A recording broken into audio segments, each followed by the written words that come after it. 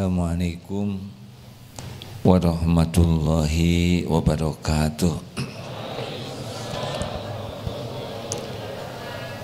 Alhamdulillahi rabbil alamin alladzi khalaqal mauta wal hayata liyabluwakum ayyukum ahsanu amala wa huwal azizul ghafur. Allahumma salli ala sayyidina Muhammad wa ala alihi wa ashabihi ajma'in. Ya Allah, wahai yang maha mendengar, Allahumma inna nas'aluka ilman nafi'an, Allahumma inna nas'aluka imanan kamilan wa yaqinan sadiqan wa qalban khashi'an wa lisanan zakiran wa amalan mutaqabbalan. Ya Allah, berkahi majelis ini, jadikan pertemuan ini pertemuan yang menggugurkan seluruh dosa dan aib, pertemuan yang bisa menguatkan iman, bisa menguatkan amal, menjadi jalan kami husnul khatimah. Taqabbal minna ya arhamar rahimin, innaka antas samiul alim. Amin ya rabbal alamin.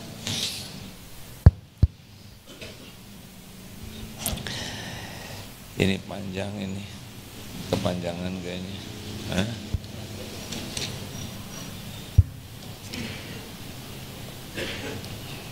Kita baca nomor 287 ya. Kurang efeknya. Cek, bismillah. Cek. Ya. Kajian Al-Hikam nomor 287. Bismillahirrahmanirrahim. Wa annan nasa fi dhalika ala salasati aqsamin ghafilun munhamikun fi ghaflatihi qawiyat dairatu hissihi wantamasat hadratu qudsihi fanadaral ihsana minal mahlukina walam yashadhu min rabbil alamin imma itiqadan fashirkuhu jaliyun wa imma istinadan fasyirkuhu khafiyun. Dan manusia dalam menghadapi pemberian dari Allah ada terbagi tiga. Sekarang yang dibahas yang pertama dulu. Yang pertama yaitu kalau orang dapat pemberian dari Allah adalah orang yang sangat lalai kepada Allah dan sangat memuncak kelalaiannya. Orang seperti ini sangat kuat jiwa cinta dunia materinya dan sangat terpengaruh oleh panca inderanya hingga padam sama sekali rohaninya. Ia melihat kebaikan, bantuan itu semata-mata hanya dari makhluk. Nah, ini yang pertama nih ya, orang yang paling buruk. Sama sekali tidak melihat adanya Allah yang memiliki, yang memberikan nikmat. Yang demikian karena iktikad keyakinannya, maka syiriknya itu jelas. Dia kalaupun ada sebab, dia tetap mengadakan, wah ini pemberian dari Allah dengan si dia yang ngasih. Kalau tidak ada dia, tidak ada. Jadi dia lebih kuat. Ada penyebab datangnya karunia selain Allah, dari Allah. Nah rekan-rekan sekalian, ini saja dulu kita coba bahas ya. Jadi ada di antara manusia yang betul-betul tidak yakin, tidak melihat bahwa semua kebaikan itu sebetulnya milik Allah, dari Allah. Dia hanya melihat makhluk saja. Ini digaji dari kantor. Dia tidak sampai yakin bahwa ini rezeki dari Allah lewat kantor. Ada yang menganggap ini rezeki dari suami, ini rezeki dari orang tua. Tidak bisa melihat Allah yang menggerakkan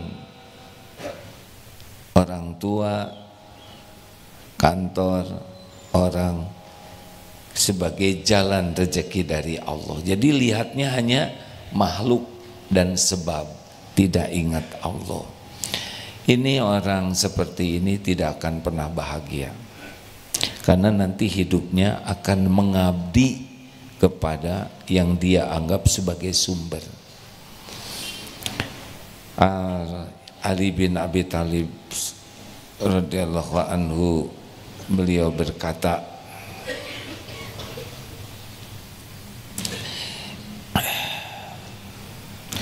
inna afwafa ma akhafu ittabi'ul hawa wa tulul a'mal.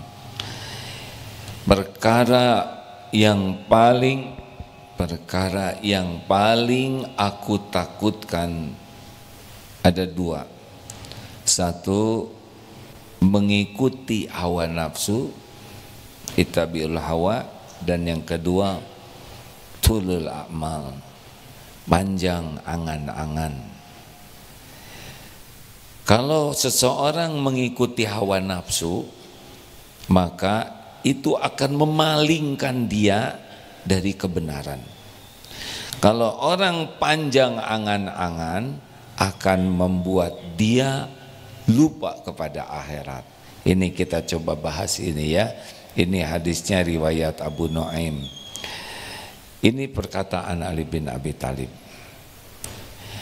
Ada dua nih yang paling ditakuti oleh Ali bin Abi Thalib. Satu adalah mengikuti, memperturutkan hawa nafsu, dan yang kedua panjang angan-angan. Di dalam surat Yusuf ayat 53, Allah menciptakan hawa nafsu pada kita. Kalau tidak hati-hati, nafsu ini, innan nafsa la ammaratun bisu', nafsu kita itu selalu mengajaknya kepada keburukan. Jadi orang-orang yang tidak punya program riyadoh, melatih, bermujahadah, bersungguh-sungguh menaklukkan, mengendalikan nafsunya, selesai dia. Pasti dia akan jadi ahli keburukan. Ini sekarang di Indonesia ini sedang banyak viral. Ada yang berselingkuh, perempuannya punya suami, lelakinya punya istri. Berselingkuh itu saja sudah diperbudak nafsu. Lalu bertengkar, itu juga nafsu. Marah, dibunuh, dimutilasi, dipotong-potong. Semua ini lengkap karena nafsu. Menjadi pembunuh diawalinya dengan hawa nafsu syahwat. Baru tidak sengaja tapi takdir terbaca ada seorang yang dulunya ya ikut pendidikan akademi aparat lah ya, ternyata dia terjerumus berzina, hamil, disuruh menggugurkan. Ini nafsu semua, benar? Sekarang sudah mulai diperiksa nafsu. Nafsu ada hawa nafsu syahwat, ada nafsu amarah, ada nafsu ketamakan terhadap dunia. Termasuk bagian dari nafsu itu adalah malas. Malas tahajud, malas ke masjid, malas baca Quran, malas ikut pengajian, malas ada ikut pengajian, malas mengamalkan ilmu, malas untuk bersedekah. Semuanya berat karena memang nafsu itu ngajaknya kepada keburukan. Tebak, yang disukai Allah tahajud atau tidur? Yang disukai nafsu tahajud atau tidur? Yang disukai saudara-saudara tahajud atau tidur? tahadur, ada tijud, bagaimana? Yang disukai Allah sholat tepat waktu atau lambat? Yang disukai nafsu tepat waktu atau melambat-lambatkan sholat? Yang disukai Allah datang ke masjid lebih awal atau telat? Nafsu sukanya telat, maunya sholat sunnah atau langsung duduk? Allah sukanya kita sholat tahiyatul masjid atau langsung duduk? Nafsu sukanya langsung duduk atau sholat? Nah, tahu kan tadi yang masuk ke sini langsung duduk. Harus hafal betul, maka orang itu jatuh kalau kita tidak punya program mujahadah, bersungguh-sungguh menaklukkan nafsu kita. Semua jatuh begitu. Lihat saja berita-berita itu, berita-berita tentang sekarang yang kekacauan itu tidak jauh. Lemah pemahaman agamanya, dan yang kedua lemah jiwanya, kalah oleh nafsu. Kecuali nafsu yang dirahmati Allah, halal, termasuk nafsu makan. Hati-hati nih, hari ini Kamis ada yang tidak kuat saum. Kenapa? Kalah oleh nafsu. Ramadan mah kuat 30 hari, Senin Kamis 2 hari tidak kuat, kalah oleh nafsu. Mata maunya lihat yang haram terus di HP itu, minimal yang sia-sia. Tapi giliran baca Quran atau melihat tayangan yang menguatkan iman, nafsu tidak suka. Tapi lihat aurat orang, suka nafsu itu. Makanya selalu sadar, ini Allah suka atau tidak. Nafsu ngajak kepada sesuatu yang Allah suka, nafsu tidak suka. Kenapa kalau ada bacaan Quran suka di skip? Ngaku. Padahal kita ada di lembaga Islam, tapi berat sekali baca Quran. Nah, itulah nafsu. Yang kedua, tulul amal. Nah, ini kita coba lebih lengkap lagi ya. Jadi kerugian-kerugian orang yang panjang angan-angan. Seperti apa sih panjang angan-angan itu? Kan Rasulullah pernah menggambar sebuah kotak, kemudian ada garis lurus. Nah, yang garis lurus menembus kotak itu adalah angan-angan. Sedang kotak ini adalah garis yang menghalanginya, yaitu ajal. Ada dua menurut Rasulullah dalam hadis Bukhari. Ada, coba mikrofonnya saya pinjam. Mungkin yang ini lebih enak ya. Ada dua, mana yang lebih enak? A, B. A, B. Ini lebih mahal loh yang ini. Yang ini bagaimana? Lebih engap? Baik, kita lanjutkan ya. Jadi orang yang panjang angan-angan itu akan menghalangi dari ingat akhirat. Itu yang paling utamanya. Dunia saja memenuhi pikirannya tuh. Waktunya terkuras oleh keinginan duniawi, harta, gelar, pangkat, jabatan, popularitas. Dia tidak ingat bahwa pasti akan berakhir hidup ini, dunia ini pasti akan ditinggalkan. Tidak ingat ya, pasti akan dihisab. Di akhirat nanti ada surga yang luar biasa nikmatnya, ada neraka yang azabnya sangat pedih. Pecinta dunia, orang panjang angan-angan tidak nyampe ke sana. Bahkan mati saja yang pasti datang setiap waktu, dia tidak sampai ke sana pikirannya.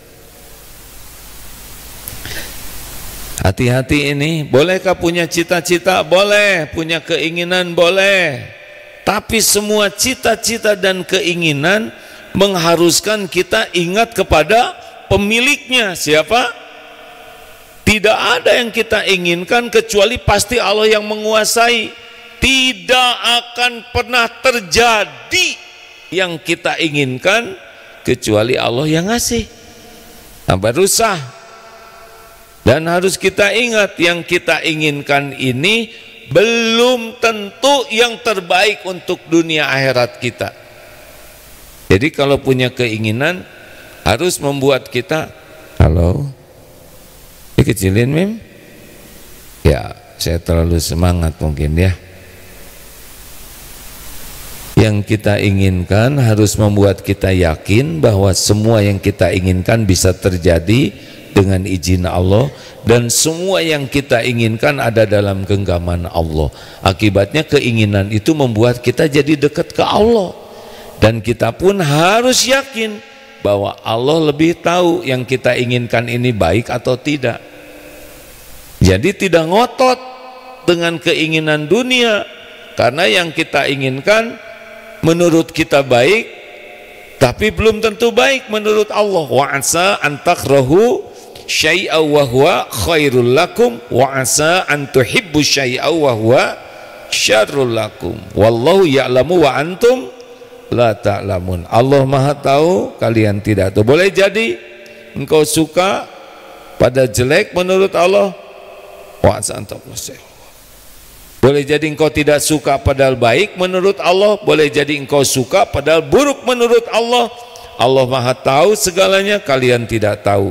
Makanya bagi orang-orang yang beriman, kalau punya keinginan, ya tidak ngotot dengan ingin terjadi keinginannya, tapi ngotot ingin diberikan yang terbaik menurut Allah. Jelas hadirin? Jadi kalau enggak jadi, enggak apa-apa. Enggak apa-apa, enggak kecewa, enggak sedih. Beda dengan pecinta dunia, tidak ada itu istiqoroh. Yang ada tuh ngotot saja dengan yang dia inginkan. Berapa banyak yang dikasih keinginannya, dan keinginan itulah yang jadi petaka bagi dirinya. Bagi orang yang kuat iman, dikasih dengan tidak dikasih, maksudnya terkabul dan tidak terkabul urusan dunia sama. Oh sama si A, iya sama-sama. Apapun yang terbaik menurut Allah itu yang baik. Kalau sudah istiqoroh dan musyawarah terkabul, syukur. Kalau tidak dikasih ya tinggal sabar, nggak ada masalah, nggak ada kecewa. Misal ada yang melamar, ini yang plat putih ini dari mana dek? Darul Quran Mulia angkatan keberapa ini? Sering sekali pelatihan di sini nggak habis-habisnya. Terakhir pertama pimpinannya, ya saya dengar. Sudah gitu manajemen, terus ini para guru, terus santrinya udah belum? Sudah, kemarin habis dong, ulangi lagi nanti. Ini mama dari mana? Dari tadi. Oh dari Tangerang. Alhamdulillah. Ini santri baru ya ada ya. Alhamdulillah, siap-siap aja ya. Siap-siap menikmati hidup mengendalikan nafsu dan hidup tidak diperdaya oleh angan-angan. Sekali lagi ya, kita boleh punya keinginan, boleh. Yang kita inginkan disukai Allah atau tidak, itu yang pertama. Yang kedua, kita harus yakin keinginan ini bisa terkabul atau tidak terserah Allah. Kalau Allah ngasih jadi, kalau Allah enggak ngasih. Berarti harus yakin ini milik Allah yang kita inginkan. Yang selanjutnya adalah kita harus istiqoroh. Kalau baik jadi, kalau enggak baik jangan. Tidak penting keinginan kita terjadi, tidak penting, bukan itu yang terpenting. Yang terpenting adalah ini pilihan Allah yang terbaik. Bagaimana kalau keinginan kita tidak dikasih? Tidak apa-apa. Buat apa kita dapat keinginan kita tapi kita jauh dari Allah? Benar? Makanya kita tidak usah ngotot dengan duniawi ini, tapi ngotot dengan yang Allah sukai. Setuju tidak? Makanya kalau adik-adik jatuh cinta belum nikah, belum tentu jodoh itu. Gak usah habis-habisan ngasih sesuatu ke dia, ya kan? Siapa tahu dia adalah jodoh sahabat karib, kan pedih ya. Sudahlah, istiqoroh saja. Dengar cerita yang lalu, si A minta diantar ke B, temenin dong, saya mau itu tuh, saya mau melamar yang itu. Nah, padahal di sisi Allah B inilah jodohnya. Gimana coba? Dendam tidak? Justru kita itu mengantar B, ya Pak, saya mau melamar putri Bapak, tapi si Bapak tuh ngelirik si B, ya nggak? Ini lebih pantas jadi mantu. Jadi aslinya saudara yang nganter, ya. Bagaimana kalau kejadiannya begitu? Ya udah nggak apa-apa, nggak apa-apa, udah nggak akan kejadian. Tidak akan kejadian kalau Allah tidak menjodohkan, itu pasti tidak jodoh. Pasti ada jalannya untuk tidak jodoh. Walaupun udah dilamar, kalau tidak jodoh ya tidak akan menikah. Tidak ada yang bisa terjadi di dunia ini kecuali dengan izin Allah, baik nikmat maupun musibah. Melamar kerja, apakah tempat kerja itu yang terbaik? Belum tentu. Bagaimana saya melamar kerja ditolak? Kalau sudah istiqoroh, sudah semuanya ada jalannya. Ini ada kejadian nih, seorang hamba Allah, mungkin beliau sekarang ada di sini. Begitulah sampai 5 kali itu menjelang nikah, batal lagi, sampai enggak ngotot itu. Nah, udah dulu ngotot pusing katanya. Sekarang pas udah nikah tuh syukurnya tidak ada habis-habisnya. Nikah dengan yang tidak terencanakan dengan baik, tidak pakai jatuh cinta lagi, jebet, udah nikah, bukan pakai jebet, ya. Kalau jebet kan bantingan, hadirin. Pas udah nikah, waduh ceritanya tuh tidak nyangka begitu, ya begitu bersyukurnya. 5 kali dulu tuh. Jadi kalau saudara 5 kali gagal itu, ya masih kurang 2 lagi ya. Karena Siti Hajar 7 kali sofa marwahnya. Jelas hadirin? Lebih enak tidak begini? Enak, nggak usah ribut karir. Ini santri karya Darut Tauhid, nggak usah ribut mikirin karir di Darut Tauhid. Saya karir ingin mulai dari daftar, jadi ini naik jadi manajer, jadi nanti ketua yayasan, terusnya di pembina yayasan. Ngegantiin saya dong ya. Nanti udah itu dikubur, ya itu benar. Nggak usah mikirin karir. Di Darut Tauhid ini yang paling sukses bukan yang paling tinggi jabatannya. Nggak mungkin. Di sini cuma ada 4 ketua yayasan, 2 ketua koperasi. Kalau yang paling tinggi jabatannya paling sukses, berarti yang lain tidak sukses. Yang sukses adalah inna akramakum indallahi atqakum. Mungkin cleaning service itu paling mulia di antara kami. Mungkin yang bagian parkir, mungkin yang ngurus sound system, mungkin yang bagian ngebenahin kabel-kabel. Kita tidak tahu, maka berlombalah menjadi orang yang disukai Allah di posisi manapun juga. Udah. Tapi ini kalau saya di sini gajinya kecil, gak ada masalah. Gaji kecil kalau disukai Allah, Allah akan cukupi. Kalau ngandelin gaji mah gak ada yang cukup. Karena nafsu itu selalu melampaui gaji. Benar?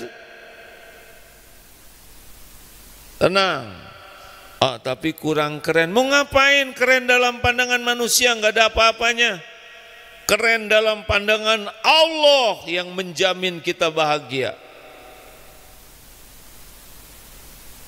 Jelas ini santri, makanya santri karya kalau dimutasikan dari satu jabatan Sama aja Khalid bin Walid radhiyallahu anhu dari panglima terus menerus menang sampai dikhawatirkan orang-orang Islam pada waktu itu agak mengkultuskan Khalid bin Walid, diturunkan jabatannya jadi prajurit biasa dan ikut bertempur sebagai prajurit biasa.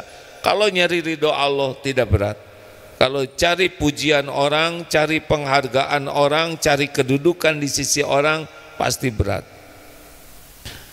Makanya saudara mau apalah, dunia ini nggak ada apa-apanya. Ada anjuran dari Rasulullah SAW.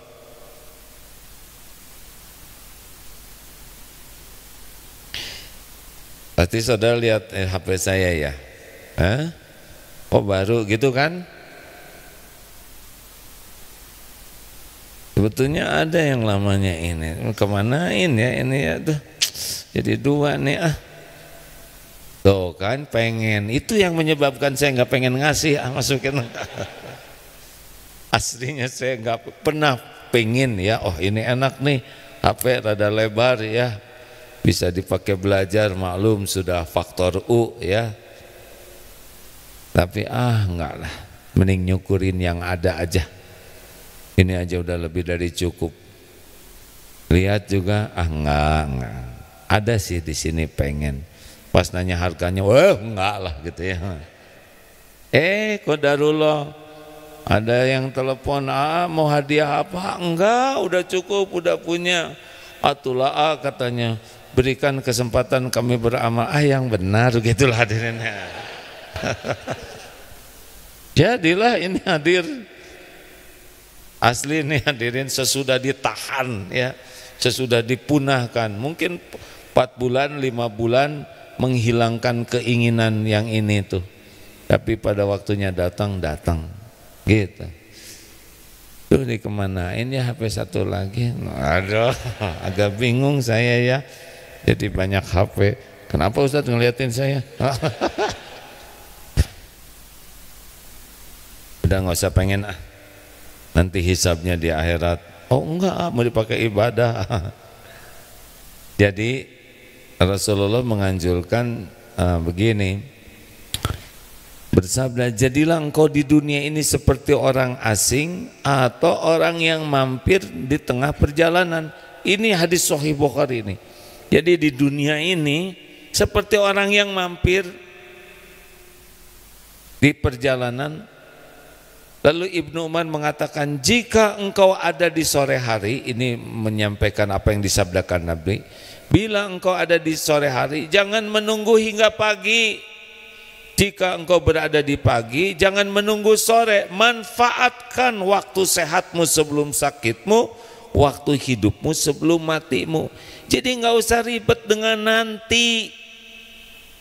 Nanti itu dijamin oleh Allah diberikan tambahan kalau yang sekarang disyukuri. Jangan takut rezeki kita besok, lusa, gak usah risau. Mau seperti apapun zaman, mau harga naik turun, tetap yang menjamin kita adalah Allah. Mau dolar berapapun gak usah risau. Pertama saudara gajinya rupiah ya, nggak ngepek. Yang kedua kita juga nggak ngerti dolar itu apa. Mau harga tanah naik, mau BBM naik, mau barang-barang naik, tetap yang menjamin adalah Allah. Jadi jangan takut. Yang takut itu sekarang kita nggak benar. Jadi jangan nunggu besok lusa. Boleh kita berperhitungan, merencanakan, punya keinginan, silakan ya. Tapi jangan sampai lalai dari yang sekarang. Nanti malam belum tentu ada, asarnya khusyuk tidak, zikirnya dipakai tidak, ngaji tidak, berbuat baik tidak, ikhlas tidak. Sekarang itu intinya. Jadi apapun yang dipikir untuk besok lusa harus jadi kebaikan sekarang. Jelas hadirin? Halo. Sekarang ini waktu kita tuh sekarang. Nanti belum tentu ada, besok belum tentu hidup. Mau ngapain kita stres dengan yang belum terjadi? Kejadiannya belum, stresnya dari sekarang. Syukurin, syukurin. Misal ya, saya nggak mau nyebut jomblo. Yang seperti itu ada lagi nggak yang lainnya? Single, lebih keren kan? Sama lah ya. Jingle. Aduh gimana saya nambah umur, saya belum punya istri, saya belum punya suami. Mendingan syukurin sekarang. Kenapa capek memikirkan yang nggak ada, betul tidak? Enak ngomong gitu. Ya tuh saya ngomong apa lagi ya?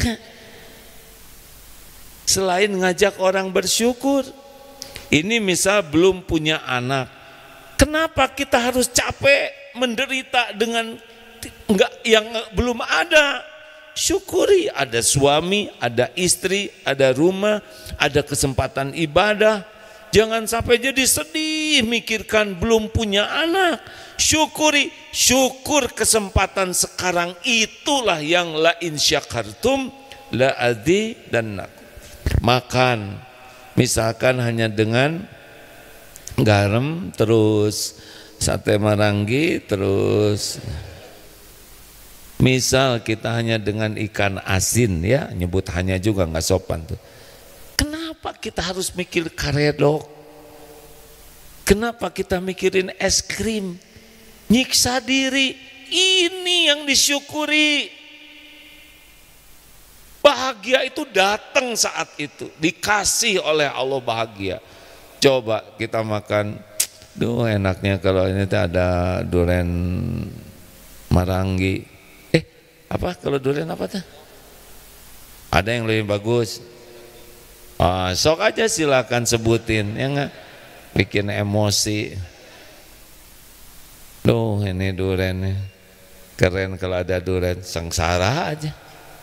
Lagi saum, coba nanti bukanya pakai es sirup, jadi nelangsa.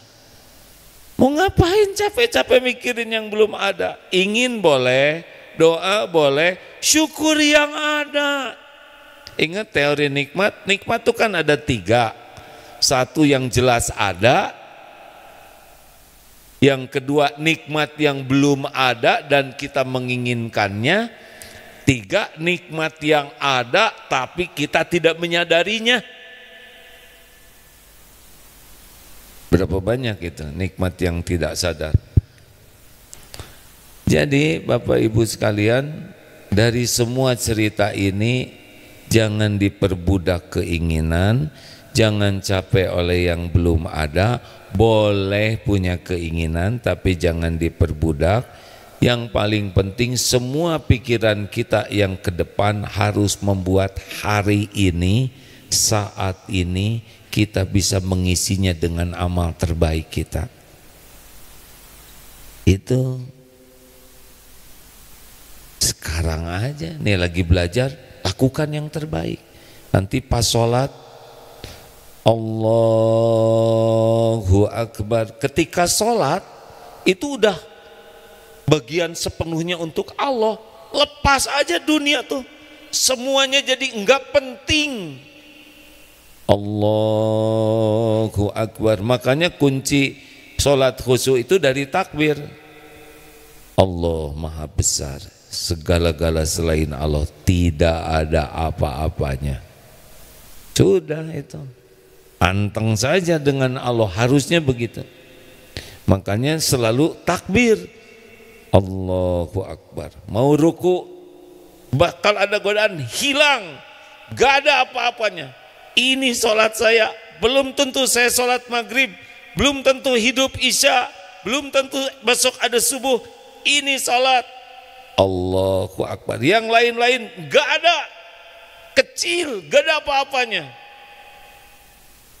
Kalau bisa sholatnya begitu, nggak usah risau. Allah sudah tahu keperluan kita, lebih tahu dari kita sendiri. Allah sudah tahu keinginan kita, yang belum kepikir juga Allah sudah tahu. Allah pemilik semua yang kita inginkan. Allah menguasai semua yang kita perlukan. Tidak ada yang datang ke kita kecuali Allah yang ngasih. Gak bisa. Semua manusia gabung mau ngasih gak akan kejadian. Makanya orang yang serius sekali dengan ingin bahagia, dia akan lebih sibuk puas, qanaah dengan apa yang ada, mensyukurinya, dan itulah kuncinya. Nanti besok lusa Allah berikan tambahan karunia, sudah jaminan dari Allah. Jangan capek mikirkan yang belum ada, walaupun boleh ingin.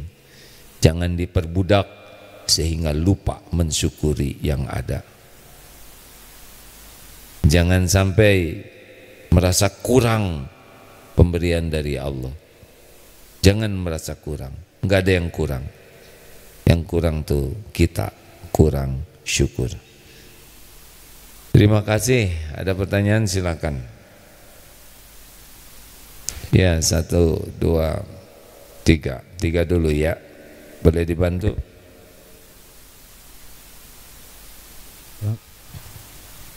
Silakan. Assalamualaikum warahmatullahi wabarakatuh. Terima kasih kepada efek mim yang ini. Terima kasih kepada AA atas ilmu yang sudah disampaikan. Saya santri Acep dari Darul Quran Mulia, ikut kegiatan SSG di Darut Tauhid. Izin bertanya, dalam hadis disebutkan bahwa ada istilah an-nafsu dengan hawa. Pertanyaannya, apa perbedaan antara nafsu dan hawa? Kemudian pertanyaan yang kedua, kami sebagai para pencari ilmu, kira-kira apa program yang seharusnya kita lakukan dalam melakukan mujahadah sebagaimana yang saya sampaikan. Terima kasih. Wassalamualaikum warahmatullahi wabarakatuh.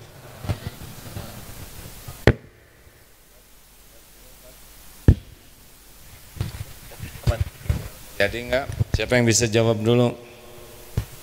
Punten.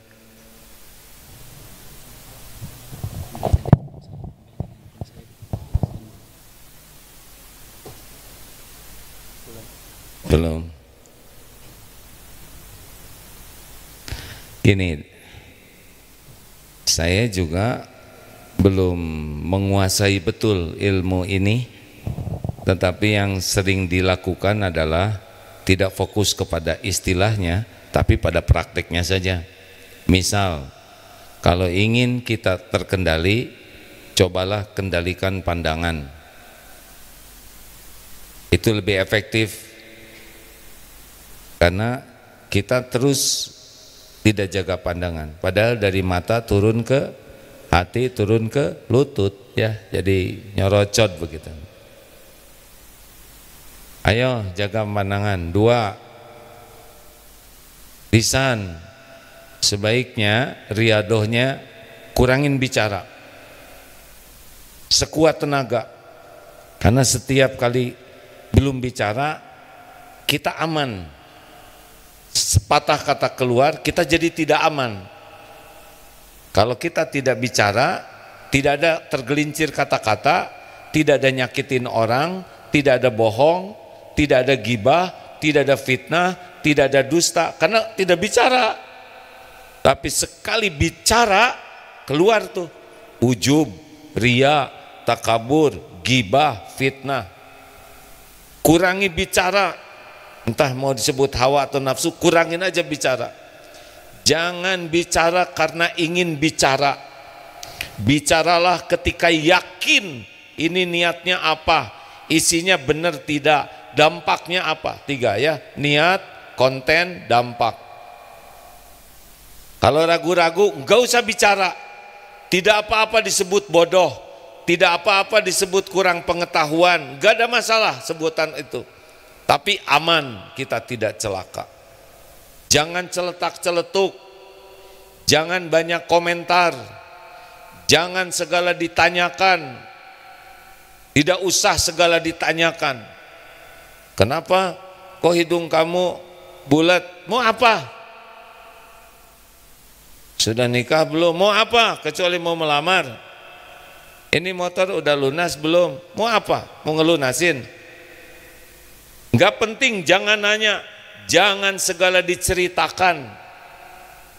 Kita tahu, gak usah diceritakan. Jangan segala diceritakan. Dengar ini baik-baik. Tidak semua cerita kita ini manfaat untuk orang lain. Tidak semua cerita kita membuat aman bagi kita dan bagi orang lain. Jangan segala diceritakan kecuali kita yakin cerita ini manfaat dan aman.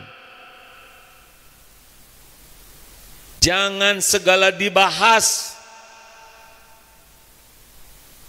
Menurut kamu tadi orang itu makan apa ya dia? Kenapa? Kok pekat sekali itu baunya? Mau ngapain? Atau menjelang tidur, ayo kita bahas tentang penyakit kronis. Jadi nggak bisa tidur. Jangan segala diperdebatkan, jauhi berdebat, kecuali yakin niatnya lurus dan manfaat. Udah mengalah saja. Walaupun benar kalau situasinya sedang emosional, tunggu reda baru bicara. Nafsu debat itu. Kalau pedagang dengan pembeli berdebat, yang menang pedagang, pasti pembeli nggak jadi beli. Sekarang pembeli menang, pedagang nggak mau jual. Suami istri berdebat keras. Suami menang debat, istri pengen pulang. Istri menang debat, suami nggak pulang-pulang. Kurangi berdebat-debat kusir, apalagi yang tidak ada manfaatnya. Nafsu itu suka ingin ketahuan pinter, ingin ketahuan saya tahu, saya berpengalaman, saya bisa, saya menguasai. Mau apa? Kita nggak usah cerita tentang diri kita. Kalau kita cerita tentang kebaikan kita ke orang yang udah suka, lah dia udah suka, mau ngapain diceritain? Kalau kita cerita kebaikan kita kepada orang yang tidak suka, tambah enek lihat kita. Udah, nggak usah segala diomongin, diam. Kecuali manfaat. 3, niat, isi, dampak. Ulangi.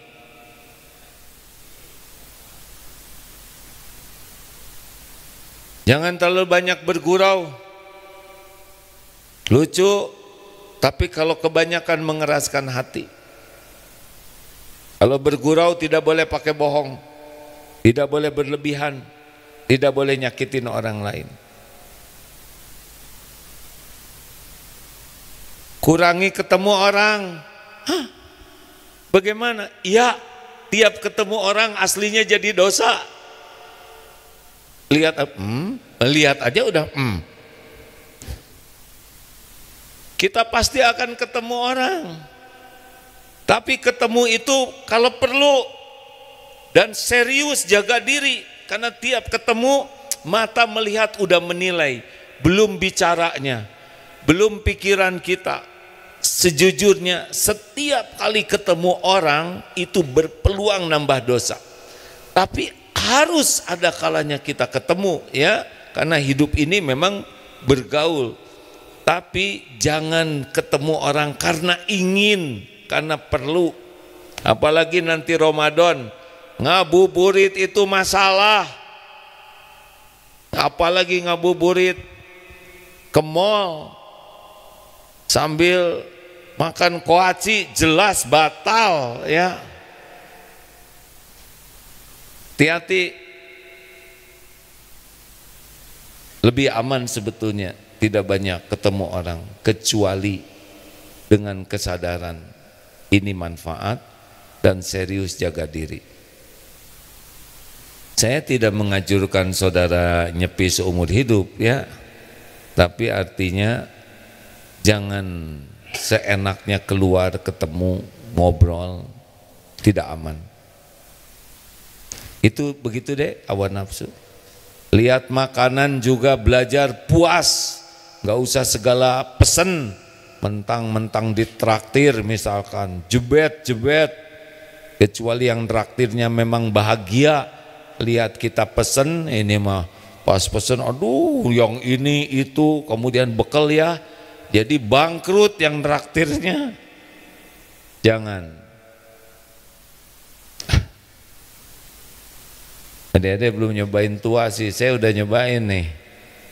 Duren sekarang ya maksimal hanya 3 ya. 3 biji maksudnya. Jadi kalau ada yang ngirim duren, ujian hidup. Ya, begitulah semuanya sudah dibatasi oleh Allah. Dulu belum punya uang, pengen makan enak. Sekarang dikasih rezeki lebih, gak boleh. Ya. Alhamdulillah. Begitu dek. Jadi maaf kalau tidak bisa menjelaskan karena belum belajar lebih detail tentang ini. Tapi udahlah, coba kurangi makan. Karena kalau banyak makan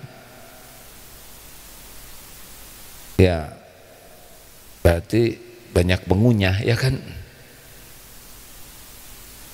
Ya kan? Jangan menilai orang yang badannya besar ya, karena beda-beda penyebabnya. Dan kita nggak boleh juga mengomentari, misalkan ada yang badannya besar, agak gemuk, kemudian perkataannya kan pasti standar. Saya itu makan sedikit, ya udah diem aja. Oh iya sudah. Jangan sampai tuh mungkin tuh emang angin, nah jangan ya. Mungkin enter wind. Udahlah, pasti sudah berusaha diet ya kan? Jangan dikomentari. Pertanyaan selanjutnya. Tadi belakang ya, yang sudah ngacung dulu ya, supaya tertib. Assalamualaikum warahmatullahi wabarakatuh. Waalaikumsalam warahmatullahi wabarakatuh. Kami dari Majelis Taklim Kaum Ibu Babur Rahmah Tangerang. Alhamdulillah. Alhamdulillah, dengan izin Allah hari ini kami bisa silaturahmi kajian bersama AA. Mudah-mudahan ilmu kami nanti yang didapat bermanfaat untuk kami. Pertanyaan kami sederhana AA, khususnya mungkin keinginan kami untuk bersama-sama. Alhamdulillah hari ini kami membawa teman-teman 118. Alhamdulillah. Keinginan kami adalah bagaimana kami ini bersama di dunia, bersama pula sampai ke akhirat gitu. Itu aja, sederhana saja. Terima kasih. Baik Bu, sukses itu masuk surga. Apa santri? Sukses itu dunia ini hanya mampir, dunia ini adalah ujian sepenuhnya, dan dunia ini ladang amal, bekal pulang. Tidak boleh betah di dunia ini. Ibu-ibu ingin panjang umur? Ibu mau panjang umur tidak? Jawab Bu, kalau mau, kalau tidak, tidak. Mau berapa? 300? 200? 100? Jadi maunya kapan atuh? Nah, ini pertanyaan yang memojokkan. Ongko nyuruh jawab, saya baru sadar sesudah saya bahagia melihat ibu jawabannya cocok dengan harapan saya ya. Bu, Pak, gak usah pengen lama-lama lah di dunia mah ya. Secukupnya saja. Ibu pengen masuk surga? Wasari'u ila magfiratim mir rabbikum wa jannah adduat samawati wal ard uiddat lil muttaqin. Ali Imran 133. Bersegeralah kepada ampunan Allah dan surga yang luasnya seluas langit dan bumi yang disediakan bagi orang yang bertakwa. Nah, itu saja Bu. Jadi sekarang ibu mah nggak usah kebanyakan mikir macam-macam. Saya ingin jadi ahli takwa. Cirinya apa ahli takwa? 2, iman dan amal soleh. Gitu Bu. Jadi ibu sekarang sibuk meningkatkan iman dengan cara minta ke Allah, menghibah supaya diberikan iman yang sempurna, kemudian belajar dan amalkan. Jangan cuman belajar, karena ada yang senang belajar tapi tidak semangat mengamalkan. Kalau habis subuh doanya itu kan Allahumma inni as'aluka ilman nafi'an. Nafi itu manfaat, jadi manfaat untuk semua kesibukan kita. Jadi kita minta ilmu yang bisa diamalkan. Tidak cukup hanya ilmu. Kan ada yang, jangan marah-marah, la taghdab balakal jannah. Hah? Nah itu sambil marah. Sabar dong anak-anak. Innallaha ma'as sabirin. Gitu enak. Jadi gak nyambung. Nah kita ingin ilmu yang manfaat, yaitu ilmu yang jadi amal. Hati-hati nih, jangan sampai dikomplain suami, istri saya tuh ngaji sehari 3 kali kayak makan obat, tapi yang berubah cuma seragamnya. Maaf ya Bu, kebetulan ibu seragamnya bagus jadi jelas. Beberapa kelemahan pencari ilmu adalah ilusi ilmu, merasa sudah beramal dengan tahu. Padahal dari tahu dan bisa tuh beda kapling. Tahu kuda dengan bisa berkuda beda. Tahu sabar dan bisa sabar itu beda. Nah, di tengahnya ini yang penting yaitu paham. Jadi ada orang yang dengar ceramah tapi dia cuma senang dengar, jatuhnya tahu. Orang yang belajar itu dia sungguh-sungguh. Oh ini apa? Ditelaah, diulangi. Nah kalau udah paham itu tinggal selangkah jadi amal. Tapi dari tahu ke jadi amal jauh. Tahu sabar, bisa sabar jauh. Apalagi jadi istiqomah jauh. Nah beberapa di antara kita datang ke pengajian semangatnya baru semangat ingin tahu. Itu kelihatan Pak, walaupun di pesantren enggak semua bisa mengamalkan. Jelas ya Bu? Ibu ingin masuk surga jadi ahli takwa, kunci lainnya adalah mujahadah, mengalahkan nafsu. Sholat rajin, ngaji rajin, tahajud rajin, sedekah rajin, tapi pemarah, nah itu bermasalah. Karena ciri orang takwa menahan marah. Jadi yang dikit-dikit marah, dikit-dikit tersinggung, marah-marah terus, nyuruhnya sambil marah, ngejawab juga marah, ya enggak? Diamnya juga marah lagi. Bingung, marah terus, sekali marah susah berhenti. Ini bukan orang takwa. Orang takwa itu menahan marah. Saya tuh sakit hati saya tuh, gak bisa saya maafkan. Oh berarti dia tidak minat ke sorga. Karena ciri ahli sorga itu pemaaf. Memaafkan sebelum orang minta maaf. Dan ini harus dilatih.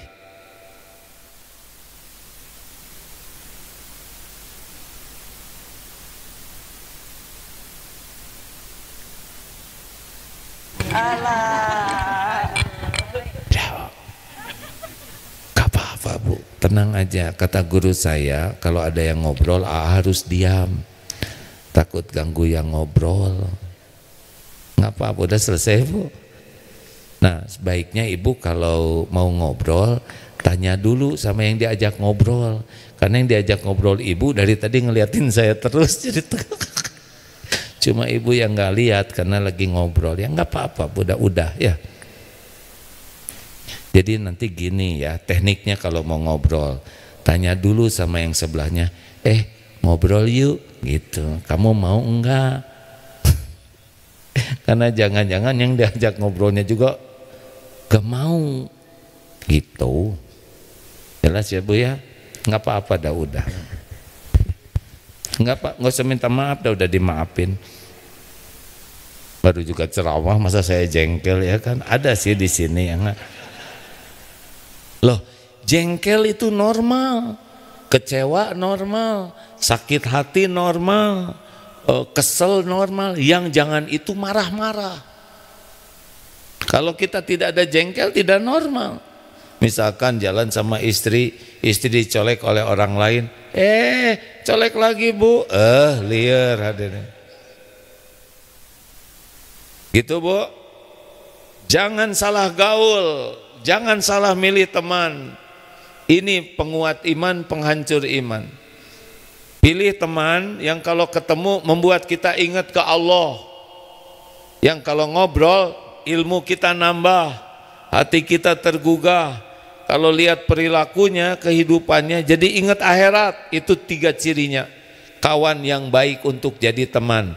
Kalau ketemu ingat Allah, kalau ngobrol nambah ilmu, kalau lihat kehidupannya jadi ingat akhirat. Yang jelek itu kalau ketemu enggak ingat ke Allah, kalau ngobrol enggak nambah ilmu agama, dan kalau lihat kehidupannya jadi lupa akhirat. Itu bahaya. Tinggalkan. Terakhir. Tadi yang mana? Ya. Ya udah, Bapak bagian ngacung, itu bagian bicara. Adil kan? Assalamualaikum warahmatullahi wabarakatuh. Waalaikumsalam warahmatullahi wabarakatuh. Saya Dinda dari Darul Qalbiyah angkatan 118 Agim. Oh, angkatan baru ya? Iya. Alhamdulillah, Kebetulan, selamat datang. Iya, kebetulan yang depan juga teman seangkatan kami. Yang ini? Iya. Iya, bisa kelihatan dari selnya masih bersih. Iya, betul. Izin dibagi. Iya, izin Agim mau bertanya sedikit rada pribadi gitu. Oh, ya terkait tentang tidak perlu debat kusir. Kebetulan saya kesini itu melarikan diri dari ibu saya karena disuruh menikah. Begitu, sedangkan begini ya, ibu-ibu itu, apalagi terutama ibu saya, senang sekali ngajak debat. Kan kalau secara debat itu kan, kalau dari kata gini, Pak sebentar, kita ubah ceritanya ya. Saya tidak mau berdebat nih. Boleh. Jadi bolehkah saya bertanya, ada seseorang yang dia ini disuruh menikah oleh ibunya pasti sayang, ya kan? Cuma anaknya tidak siap, kemudian anaknya itu pergilah ke suatu tempat untuk menenangkan diri sambil mencari ilmu, menguatkan Itulah ilmu. saya. Ya. Itulah saya. Justru saya menghindari nyebut saya. Saya tidak mau berdebat ya. Jadi orang itu pertanyaannya adalah, pertanyaannya apa kalau ada orang seperti itu? Nah kalau saya jangan, please jangan nyebut pribadi karena semua jadi mikirin ya kan. Terus jadi mikir ke ibunya. Padahal ibunya siapa tahu mulia sekali di sisi Allah. Tapi kami takut jadi berburuk sangka ke ibu. Oke. Jadi kalau orang itu, tapi kita udah keburu tahu ya.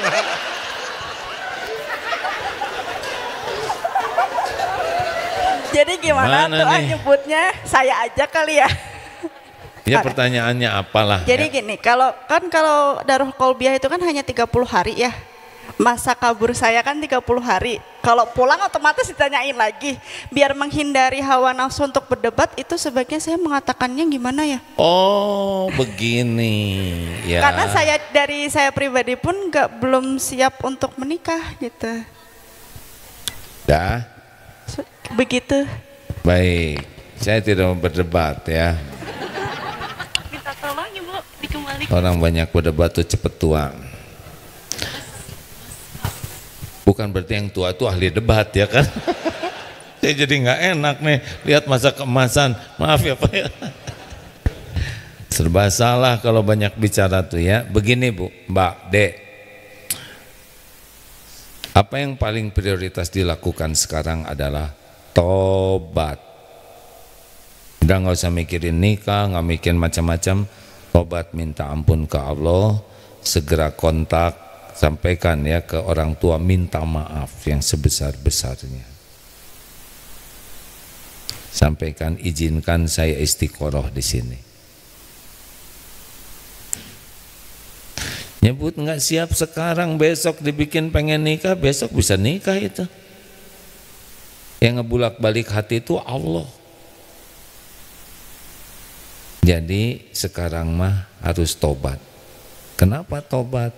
Karena setiap kepahitan, situasi sulit itu diundang oleh dosa. Punya dosa tidak?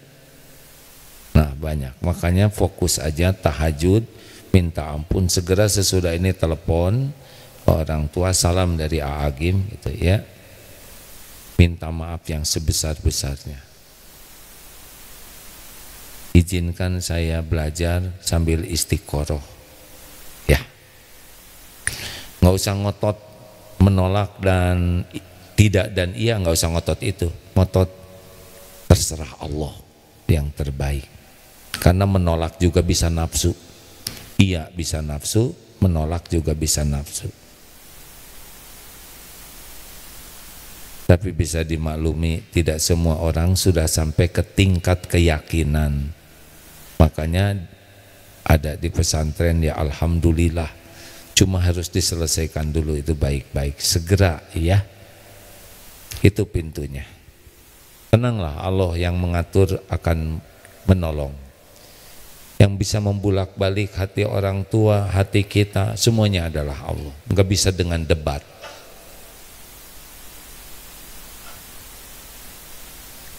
Kenapa jadi ngangguk begini seperti yang ngerti masalahnya?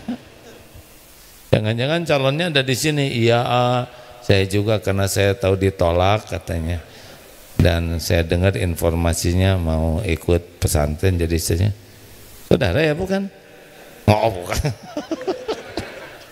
Ini gugup. Nah, saya ini banyak bicara sia-sia nih. Maafkan ya deh ya. Saya jadi pucat begitu. Astagfirullah. Jangan tiru yang salah dan yang kurang baik dari yang saya lakukan ini ya. Sudah jam 5, terima kasih rekan-rekan sekalian.